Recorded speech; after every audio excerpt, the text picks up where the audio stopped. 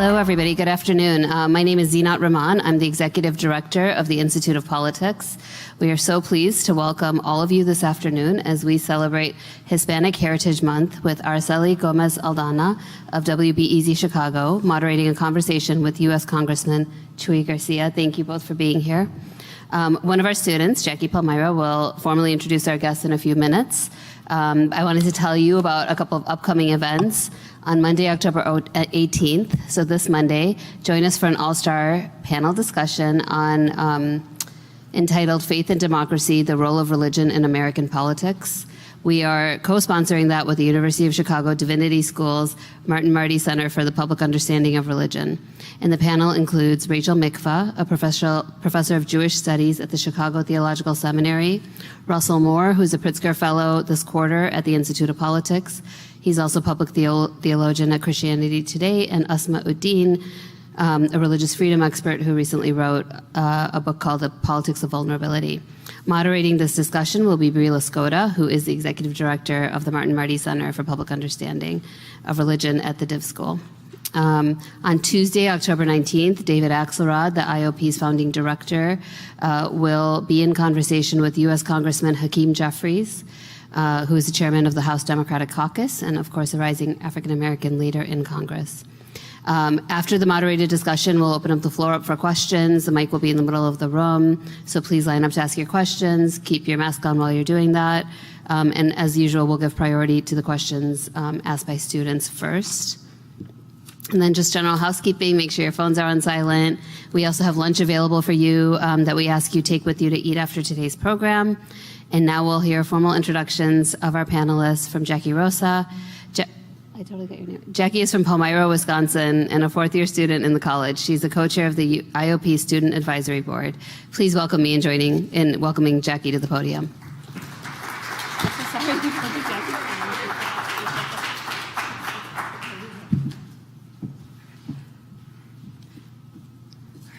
Hello, everyone. Thank you for joining the Institute of Politics as we welcome Representative Jesús G. Chuy Garcia to celebrate Hispanic Heritage Month.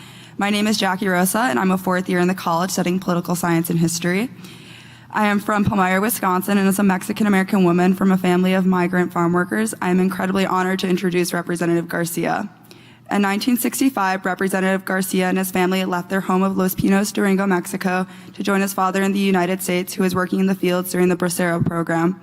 These early beginnings paved the way for a successful and impactful career as an organizer and as a legislator, in which Representative Garcia has worked to improve the lives of his working-class neighbors. Representative Garcia started his political career in 1986 when he was first elected to the Chicago City Council.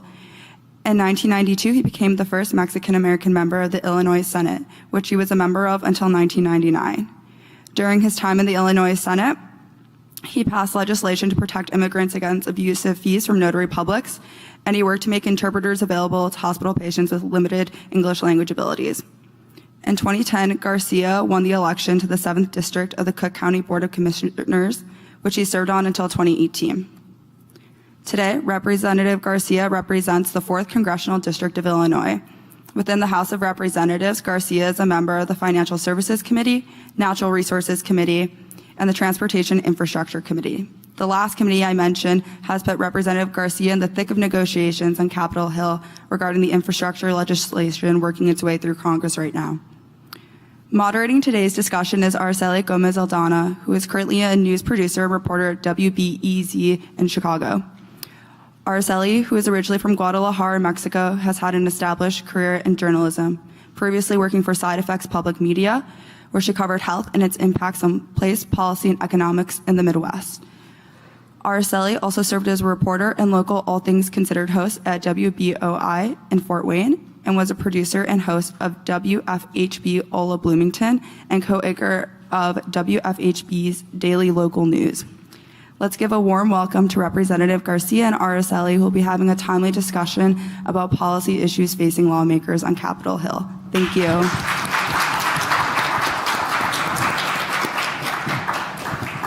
Thank you so much for the introduction. That was great. I'm going to take my mask off. I am vaccinated.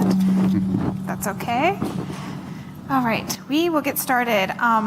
Of course, we're here in honor of National Hispanic Heritage Month. So I was wondering if you had been celebrating. What have you been up to? Have you celebrated in honor of the National Hispanic Heritage Month? I celebrate frequently, just about every weekend, as a matter of fact. But no, Hispanic Heritage Month is a unique time, I think, to uplift people of Latino, Latina, Latinx heritage across the country and all of our contributions. And it's an important time where we get to point out that we have been a part of this country's history from its inception, preceding its inception, as a matter of fact. And those are fun and interesting points to make. And of course, as we celebrate more contemporary history and the issues of the day, persons like myself are, always trying to make the point of what could make a difference in the landmark legislation being considered in Washington. And of course, that is immigration reform, a pathway to citizenship. And then, of course, the harder questions of how do you make that happen given the two strikes that we've had as we've approached the parliamentarian. But it's a fun month. It's a challenging month because it causes you to reflect. And then, of course, we were visited right as we near the end of Hispanic Heritage Month by the First Lady, Dr. Jill Biden, last couple of days. And I was very fortunate that she visited the Pilsen and Little Village communities, both in the 4th Congressional District. So every time something historic like that happens, I always remember my parents. My father for being courageous, for his solitude, being away from us for 10 years, at least in my life. I was 10 years old when we migrated to Chicago. And all that time, those years that he spent by himself and only visiting us maybe a week or two out of the entire year. So I think a lot about my mother. I think about her because she was both mom and pa, as we were growing up. And they remain the most important heroes in my life. Oh, that's great. You were busy. So you were busy these last few weeks. Yeah, it's been quite busy. And we're headed back to D.C. On Tuesday. So we just, of course, raised the debt ceiling to get us out of that jam. But we've got more jams coming up toward the end of the year. And of course, some huge legislation to settle, to pass, and to get signed into law, and that's no small feat. I know, and we will definitely get into all of those juicy details. Before all of that, I was wondering, as a family that came to the United States, and your father was part of the Bracero movement, thinking about immigration reform. And I think the last time that happened, before most of anybody in this room was born, I want to say 35 years ago, what are we waiting for? We're waiting for Congress to act. It's frustrating and disappointing that this isn't a bipartisan moment. Even though there have been bipartisan actors favoring and advancing the concept of immigration reform in Congress, in both houses. You've had some Republican champions in the Senate for at least 20 years, and they've vanished. They've gone away. In the House, you've had members who favor immigration reform. Some of them helped us pass 2 bills. The Dream and Promise Act got 11 Republican votes, and then the Farm Worker Modernization Act got 21 votes, so even more so because it had the support of business, agribusiness as well. And they met the fate of other significant legislation in the graveyard known as the U.S. Senate. So that's very frustrating and unfortunate. I think the underlying force that has caused this polarization where immigration becomes politicized and plays into the polarized situation in the U.S. Government is Donald Trump and the rhetoric and the postures of Donald Trump and Republican leaders and members not willing to stand up to that out of fear because of his popularity within the Republican ranks in the Republican Party. So that's very frustrating because there ought to be easily 10 votes in the U.S. Senate to pass those two bills and potentially even two other bills, one for essential workers, and we're not doing that. Yeah. So it's a lost opportunity. It's a part of the cost of the polarization of national politics. Yeah, and we'll get to some of those other things that are holding things up. As we heard in the introduction, you were born in Mexico, and your family came to the United States. What prompted that move? My family, my parents, my father and my mother, we come from a small village. I think at its height, there may have been about 200 inhabitants or residents of that small village known as Los Pinos in the state of Durango, and right next to the Sierra, at the foothill of the Sierra Madre. And I think early on it became evident to my father and my mother that because we didn't have significant parcels of land, that making ends meet for 4 kids, I being the youngest, just wasn't going to work out.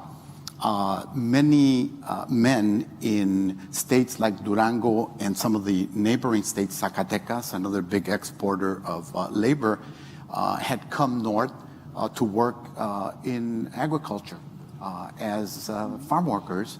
And they made a better living than trying to eke out a living in rocky, hilly land back in Durango.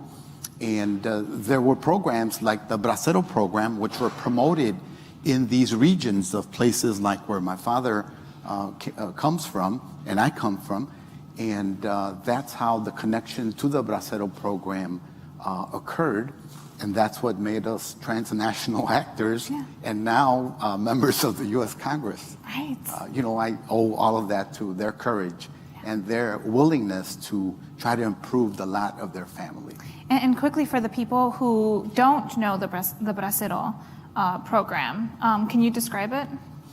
It was a program established toward the end of World War II to fill shortages of labor, especially in key sectors during the war.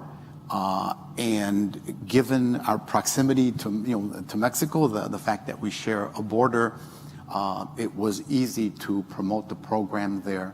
It was beneficial for both countries, for the workers there. And that's how many of us came to be permanent residents and U.S. citizens of this country, and are now part of the fastest growing community and population across the country, as the latest census figures have borne out. That's right. We've been reporting on that. Yes. What was it like growing up with immigrant parents in Chicago at the time? So it was, big shock coming to Chicago. In February of 1965. It was cold? It was cold. It was really, really cold. I had a little jacket. I stepped out of the station wagon that we had driven here in, and I remember feeling that Chicago hawk, those are what winters in Chicago are known as to those from other parts of the country or the world.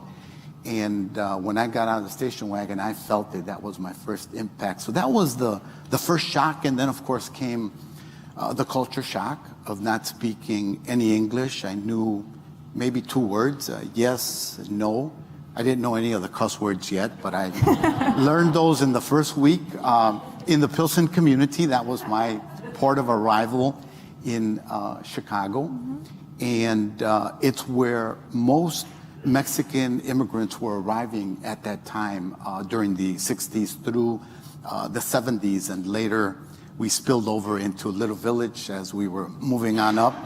And as people, my parents, in this instance, purchased their first home in 1969. It was a good place to get acculturated, to learn the Chicago ways, to become street smart. There were gangs already that existed.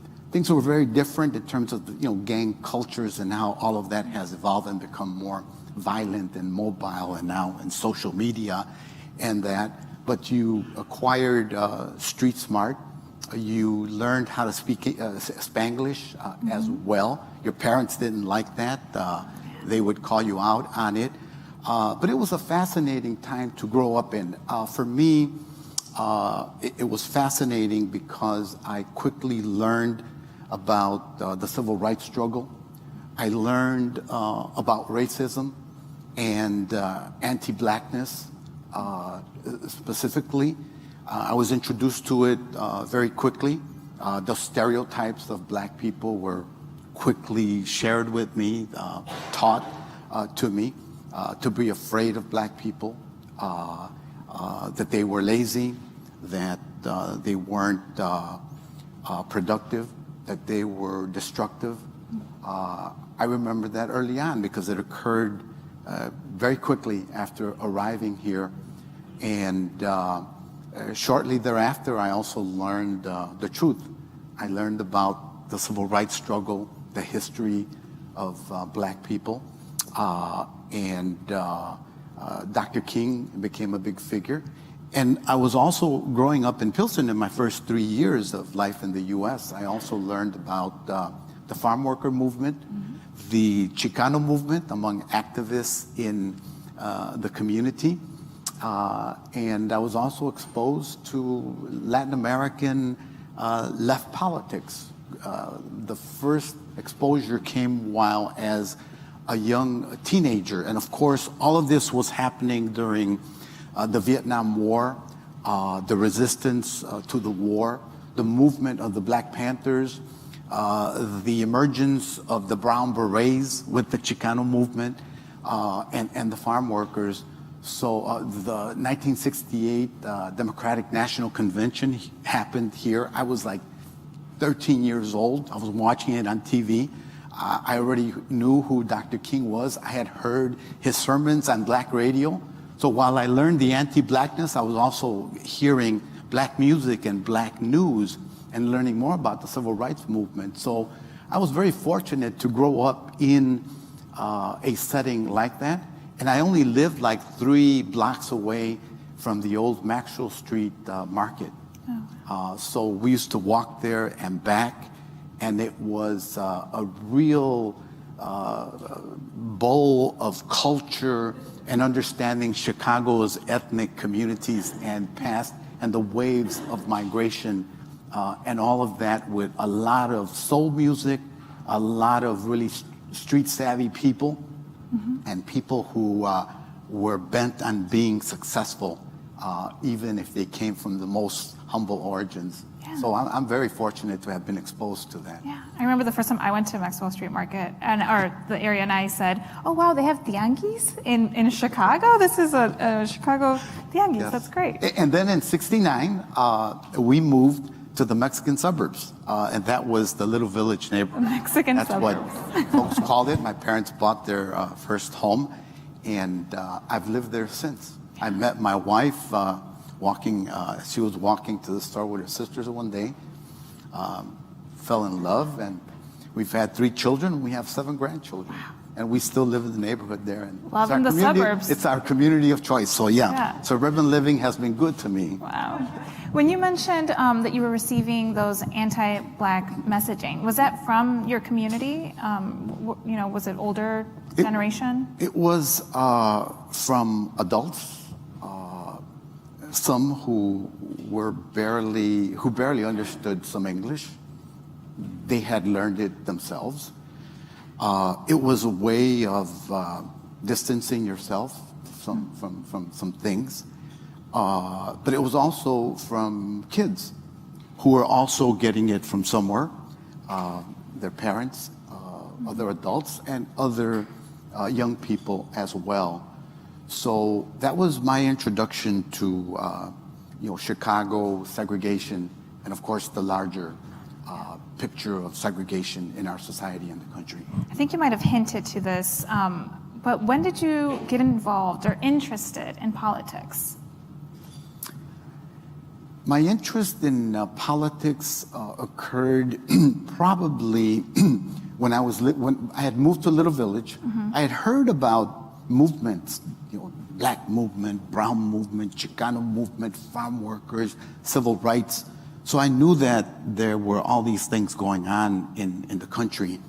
But it wasn't until I was a teenager that I was introduced to some adults who were doing Alinsky-type organizing, Alinsky-oriented organizing. And Alinsky, of course, played a big role here at U of C and some of the activism around here. It's sort of Chicago's best-known community organizing philosophy and approaches and tactics, which are evolving.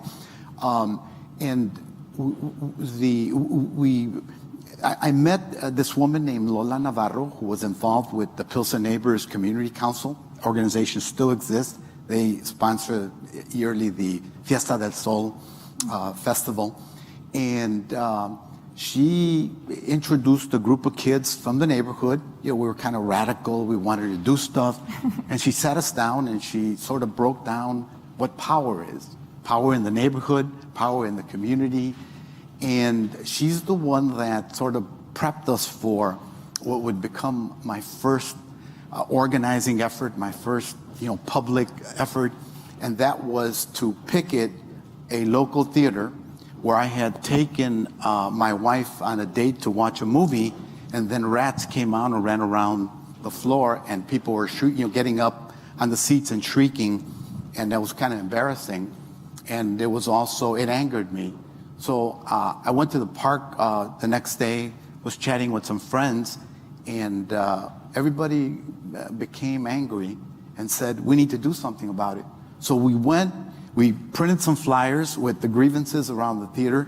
By the way, the grievances were when you walked on the carpet, when you walked in, the rug, it was sticky and it would go whoosh, whoosh, whoosh, whoosh, as you would walk in. The bathrooms were dirty, it needed paint. And then of course the rats, that's what really got the people.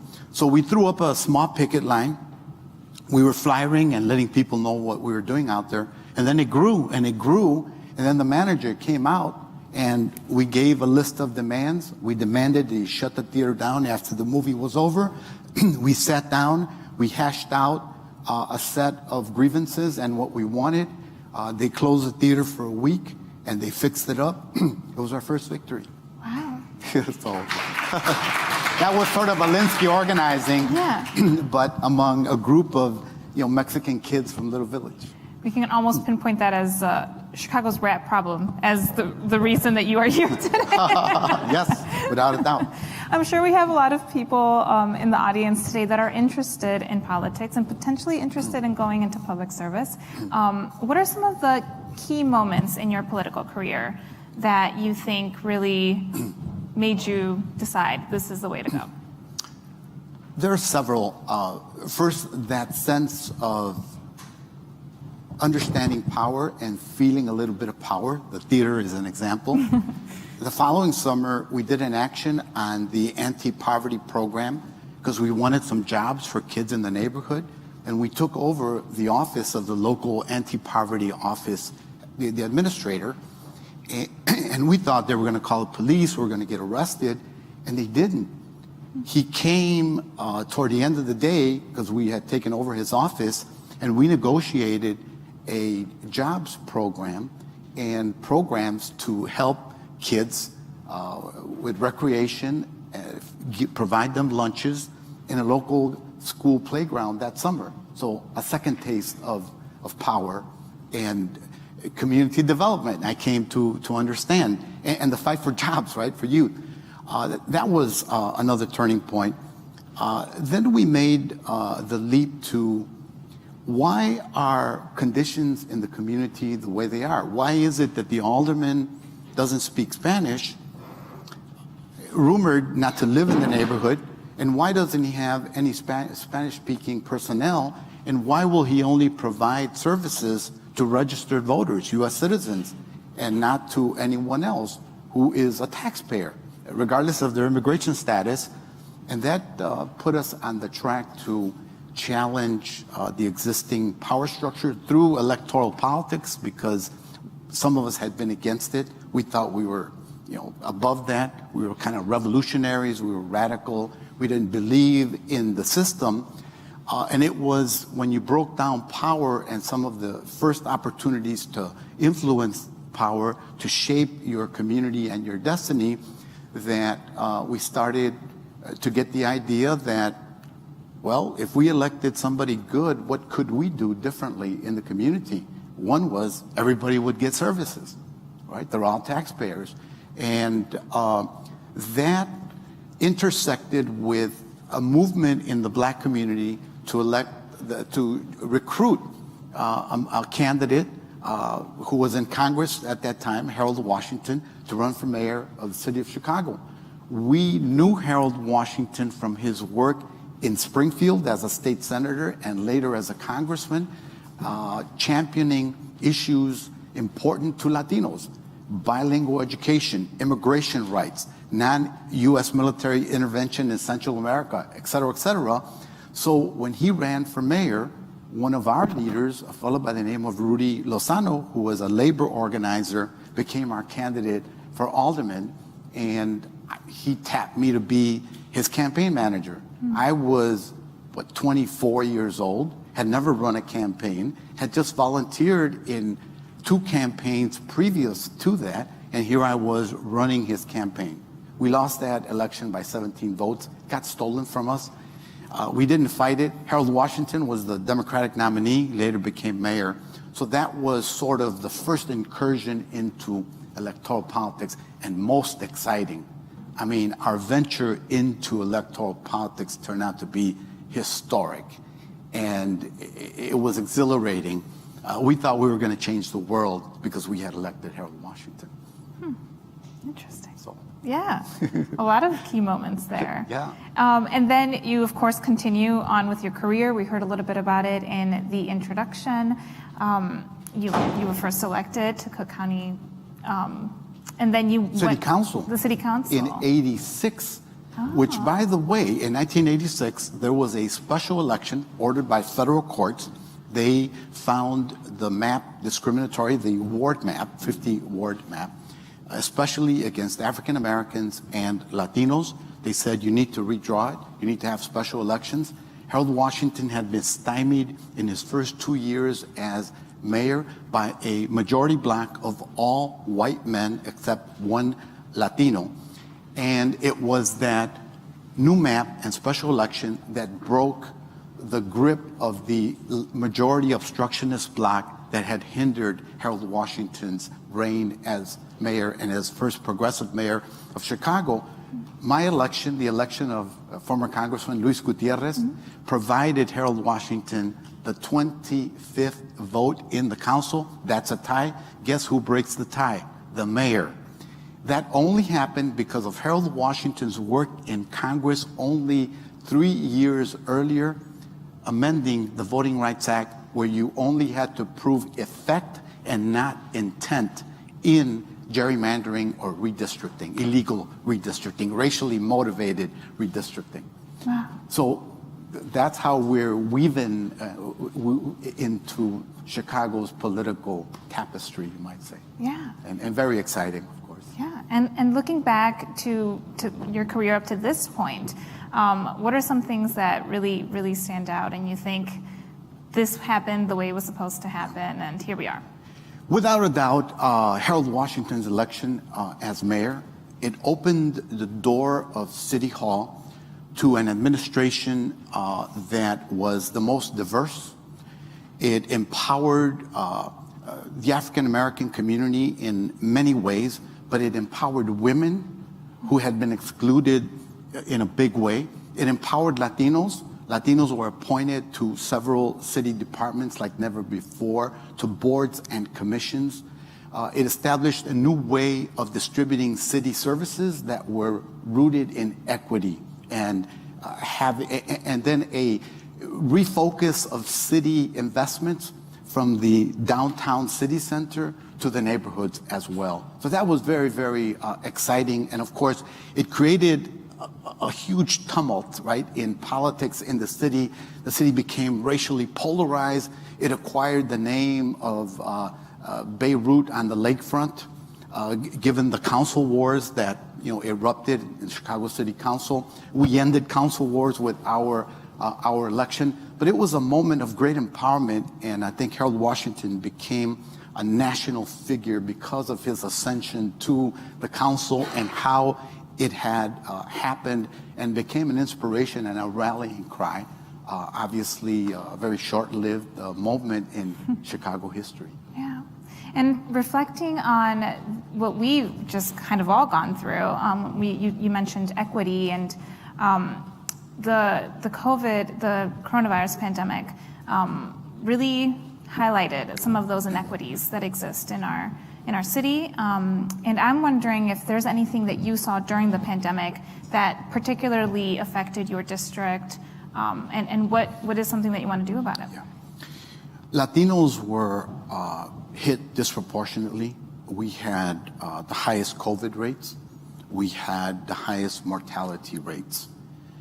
And in part, it was due to the fact that so many people are immigrants, so many people are undocumented, and try to fly under the radar and getting tested, being able to quarantine, to isolate, to take some of the other good health measures were very difficult for people, and we paid a price. Also, some members of the community were not eligible for some of the relief programs under the CARES Act, the first major piece of legislation that we took to address the virus and its ravaging communities. So our community paid a huge price for it. There was a huge cost, and that's what I saw in a lot of suffering in our community, and people working in low-wage jobs that they had to continue to report to. So we helped keep the country running, and we're hoping that because we did that in agriculture, picking the crops that give us our sustenance every day, 3 times a day, the delivery of goods and services to people, the caring for the elderly, for children, that was pretty heroic, and we hope that that will bode well as we do the reconciliation bill and immigration reform in the coming days. So. Which leads me to the Build Back Better agenda. What are some of the things that you think are those that you would like to make sure that are addressed and we see? So Build Back Better is the president's agenda, and there are 2 components to it. There's the $1.2 trillion package that's known as the hard infrastructure piece for roads, reauthorization of the transportation bill as well for the next 5 years. So there's the hard stuff, bridges, roads, some money for transit. And then there's the larger piece, which is the human infrastructure that I'm really excited and passionate about, and we have fought to keep it at the level that we agreed upon, and that's $3.5 trillion. Remember, our original demand was $6 trillion, and we compromised to 3.5. When I say we, I'm referring to the Progressive Caucus, the largest caucus now in the U.S. Congress. That includes, people like Bernie Sanders in the Senate and other progressives as well. And the president has stuck with this demand as well. He reiterated that when he came to address the House Democratic Caucus a little bit over 2 weeks ago. So we're fighting to hold the line as much as possible. What's in it? Stuff that would just benefit children, women, families, the elderly, people with disability in terms of home care services, the expansion of Medicare. We're talking about dental services for people who are retired, 65 and over. We're talking about eyeglass coverage, vision coverage, and hearing coverage. I didn't know the extent of how many people in our country don't have those benefits. I have to confess. And I thought I knew, a lot of issues. So that's huge. Early childhood services, also very important. And free college, 2 years of free college in the bill. So to me, that's transformational. The extension of the child tax credit, which we passed in the American Rescue Plan, would be made permanent, and it's lifted so many children out of poverty by itself. I represent a very young district. I think I have more children in my district than any other congressional district in Illinois and in most other districts across the country. So I'm an ardent supporter of it. We will probably have to come down some from that top line number, but it's not about the top line number. It's about what investments we need to make that will really make an impact on people across the country. Many universal programs as well. And we're trying to hold the line on those things because we think that it is transformational, especially coming on what hopefully is the heels of the pandemic as we make more progress in that regard. Yeah. And of course, there's talk about reducing the amount. Where would that money come from? The money, the beauty of the $3.5 trillion proposal is that it's paid for. It comes from taxing wealthy individuals. It comes from making corporations pay their fair share of taxes, and from cracking down on people who avoid taxes by investing in that aspect of enforcement at the IRS. So we're not talking about increasing the deficit. This is an initiative that pays for itself, unlike what Republicans under Trump did in 2017, where they gave tax breaks to the rich and increased our national debt by $5 trillion when all is said and done. So that's the beauty of the Build Back Better agenda. And of course, we've been talking about some of the important points that you would like to see. Are there any that are bottom line, you will not budge? Look, I became the first member of Congress to publicly state that if immigration reform was not a part of Build Back Better, that I could not support it. And that's not an easy position to take because I cherish the components of the Build Back Better agenda that I made reference to, and it's not all inclusive either. So it's a very difficult position to take in many respects, but I think it's a fair one. There hasn't been immigration reform in 35 years since the Immigration Reform and Control Act of 1986, when Ronald Reagan, before you all were born, most of you at any rate, and it's time. Look, polling across the country over the past 6-7 years shows that the American public supports immigration reform across party lines. Majorities in both parties support it. This is the moment. If we're doing something transformational, and we've already done that in the CARES Act, in the American Recovery Plan, in the infrastructure bill, then it's very unfair to leave out immigrants. I've already pointed out some of the roles that the immigrant community played during the pandemic.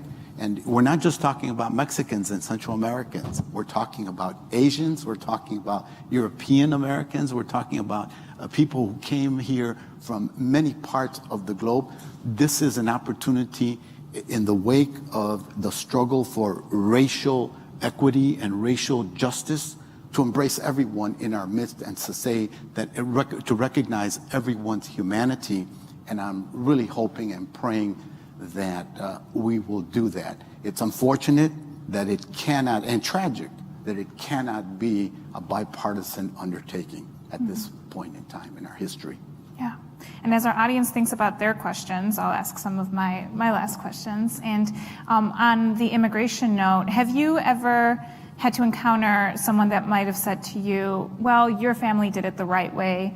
I'm against immigration reform because people are doing it the wrong way. And what is your response?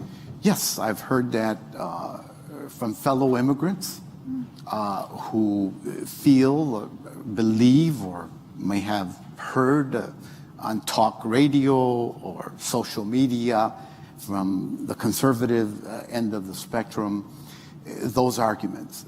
My comeback to them is that our country and its neighbors especially are integrating. We passed the USMCA, United States-Mexico Free Trade Agreement 2 years ago. That is an expression of the integration that is taking place regionally in our hemisphere. Canada, the US, Mexico, and Central America as well. You cannot just say we're doing this for trade and ignore those who make the trade possible. That's workers, that's their families, and the fact that there are family members who live here, family members who live in Guatemala, El Salvador, Honduras, or Mexico, and ignore that. So while we address trade and investment and that, we've excluded people. Trade is mostly about people and what their work produces, and that's wealth and goods and services and the improvement of life, including technology, right? So that's my argument to them, that first of all, we've done 2 trade deals, but we haven't done immigration reform, okay? Since 1986. We did NAFTA in 92, and we did the trade deal USMCA 2 years ago or so, but we haven't done any immigration reform. So our system is antiquated. Our system is broken. We need to reset it, and this is a moment to begin that process as we figure out what our immigration policy should be for everyone in the country and as we relate to the rest of the world. But certainly it's broken, and I think as we look at the asylum crisis on the border, most recently the treatment of Haitians seeking refuge here, as we saw prior to that, the crisis of Central Americans coming here.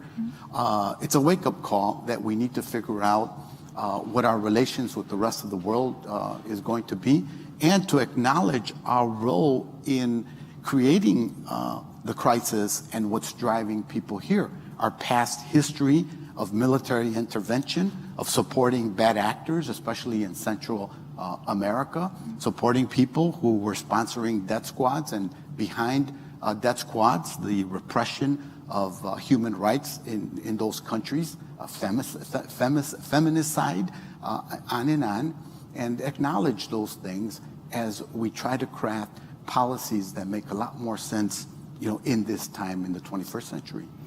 And the world is watching.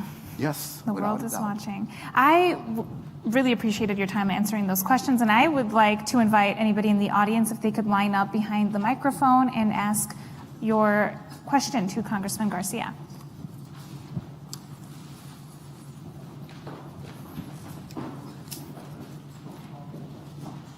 Do you want to go ahead? You can go first.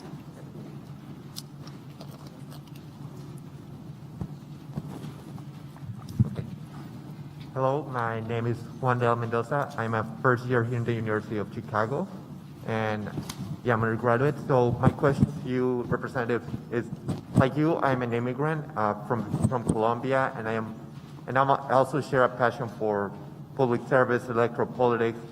And so my question to you is how as an immigrant, can I learn to adapt and be part of the electoral process in this country while not straying away from my roots? Yes. Thank you. Juan? Yes. Okay, want to make sure I heard you correctly. I think while you're a student, getting involved with your peers in the different groups that exist on campus is a good way to start, and it's practical because it's with people around you. If you live in or near a community, getting involved with community groups that are engaged with the immigrant community or an immigrant cause are also ways to be involved. Getting involved with churches. There are many churches that have sort of a social action or social justice component to them. Those are very good ways to become a part of this movement that seeks to create, to change conditions and achieve justice for immigrants. Or if you want to get involved in politics as well, there are many good people that I think believe in the types of things that I have articulated thus far that would be really good places of learning and good laboratories, and you might even get some class credit for them as well. Yeah. Thank you very much. Thank you, Juan. And stay informed. Read the news. Yes, very important. Hi, my name is Tara. I'm a first year at the Harris School of Public Policy, doing my master's in public policy. Another challenge that we haven't really touched on today is the attacks on voting rights that are constantly going on given outcomes of the 2020 election. My question is, given that the Hispanic Latino community is probably uniquely and disproportionately impacted by some of those attacks on voting rights, what do you think are the most effective ways that we can engage or mobilize the Latino community looking at the elections coming up in about a year? Yeah, great question, and thank you for raising the topic. Voting Rights Act, voting rights are under severe attack from different quarters, especially conservatives across the country. The fallacy of voter fraud, they've totally failed to make the case. Even Republican officials, election officials have refuted those allegations time and time again, whether it's Arizona or Georgia, Wisconsin, other places, etc. Today, I heard that Leader Schumer has invoked cloture for a vote on the voting rights bill that Senator Manchin introduced in the Senate.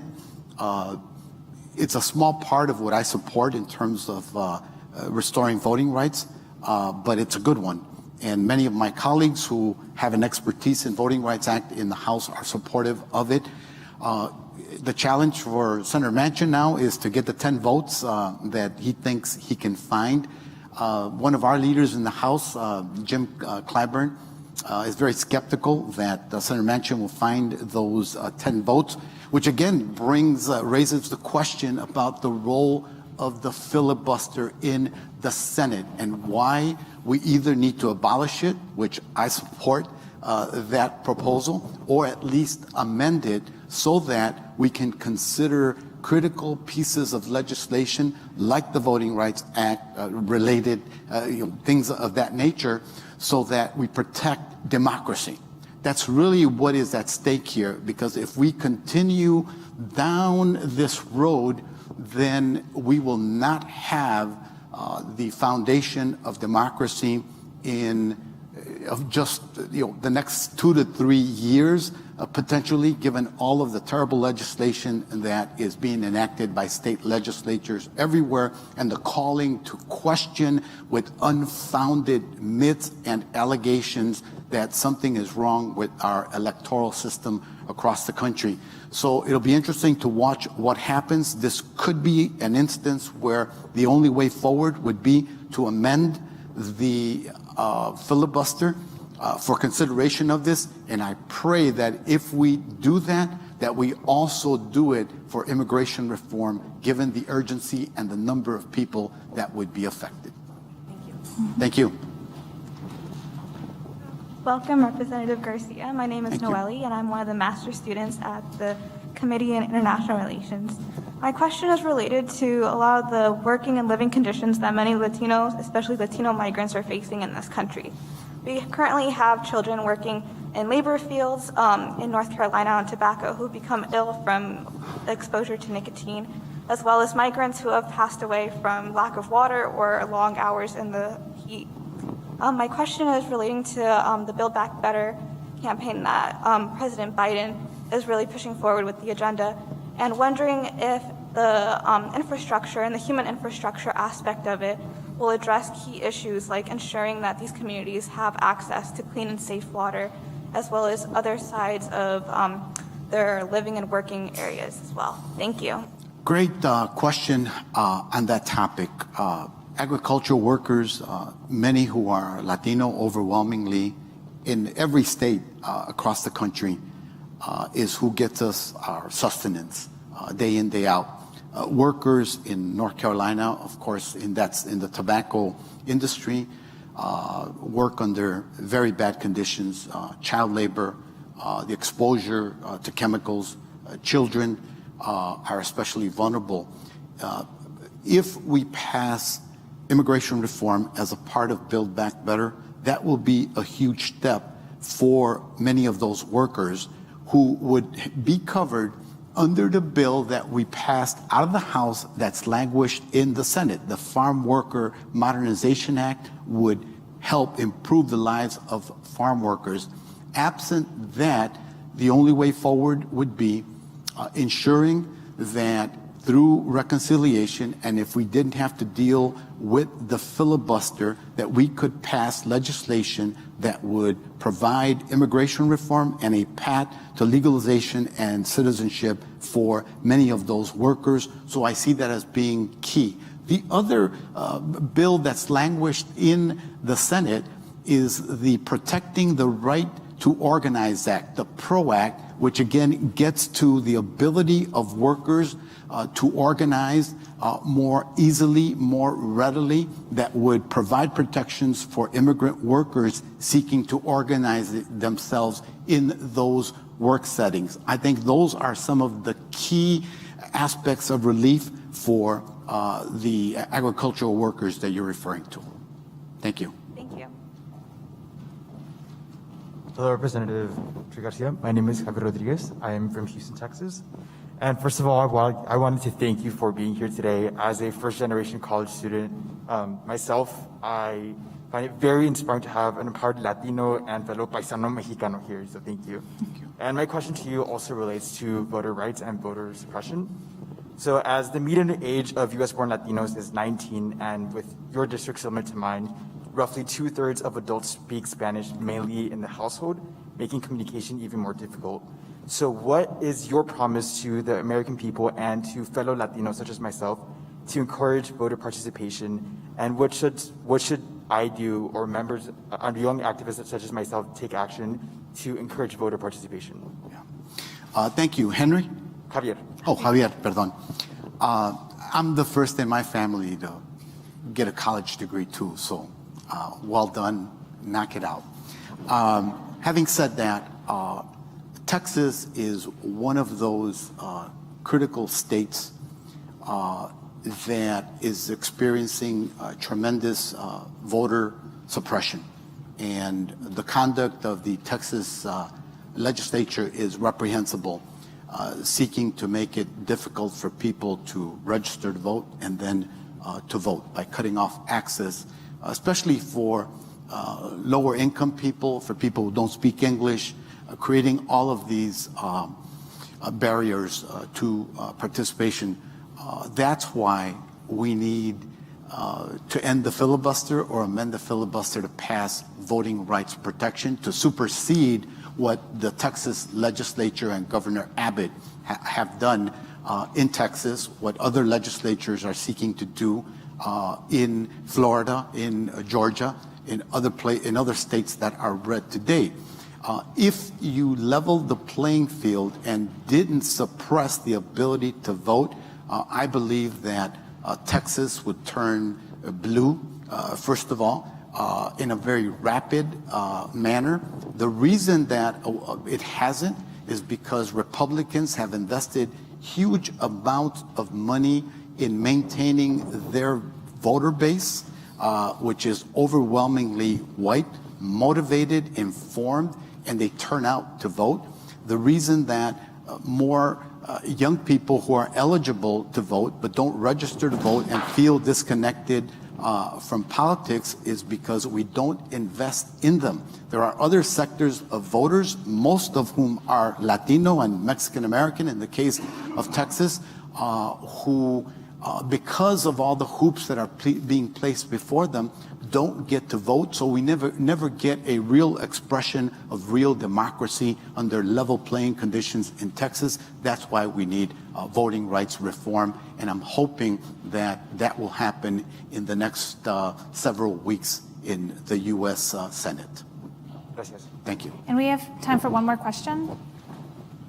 The United States could stay far ahead of China in economic growth if we welcome large numbers of talented immigrants in, and that would be more feasible with more investment in early child care and free college. So when Republicans say we can't afford it, there's this counter argument that we can't afford not to, just in terms of generating a huge amount of economic growth. But I don't hear arguments like that made. So how can Democrats sell the human infrastructure more effectively and even address some of the bases of support and constituents of Republicans? That's a great point. I agree with you. Republicans are much more effective in their messaging, in their succinctness, in their delivery, in the investment that they make, and in their uniformity. Now, the uniformity part is harder with Democrats because we're a much more diverse party. The tent is much larger. There's racial diversity, there's gender diversity, there's ethnic diversity, and of course the geographic diversity. And thank God we don't have a figure like Donald Trump as the head of our party. So that's a part of the challenge, and I share those frustrations with you. Democrats, for example, have not historically invested robustly in the Latino vote. They only look at the highest performing voters, and that's who they're communicating with. They're not investing in those voters that are infrequent or those that we have yet to register to vote. And that's the case especially in Texas with young voters between the ages of 18 and say 30 years of age. And that's why we don't have more electoral success in those countries. But you're right, in terms of the future, there is a timidness on the part of Democrats to speak bluntly like that, while Republicans are savaging us with ushering in and forcing socialism on the people of the country, not being forceful enough against China and being an extension of the Chinese Communist Party, on and on. Ludicrous arguments, but on the economic agenda, their arguments are succinct, they are crisp, and they are consistent as they deliver those messages. We have, because of our diversity, a much harder time delivering those messages. And in part, they beat us to the punch. We must become more efficient in that delivery. We've got to have more concise messaging and find a way to agree on what uniformity we can have in the messaging that we have. We have not got there yet, but we better hurry up because next year's elections in 2022 are going to be critical, and they will determine if we will have a democracy with institutions as we know today. Congressman Garcia, thank you so much for spending time with us, and it's been a pleasure for me to be here with you today. And happy Hispanic Heritage Month, everyone. Yes.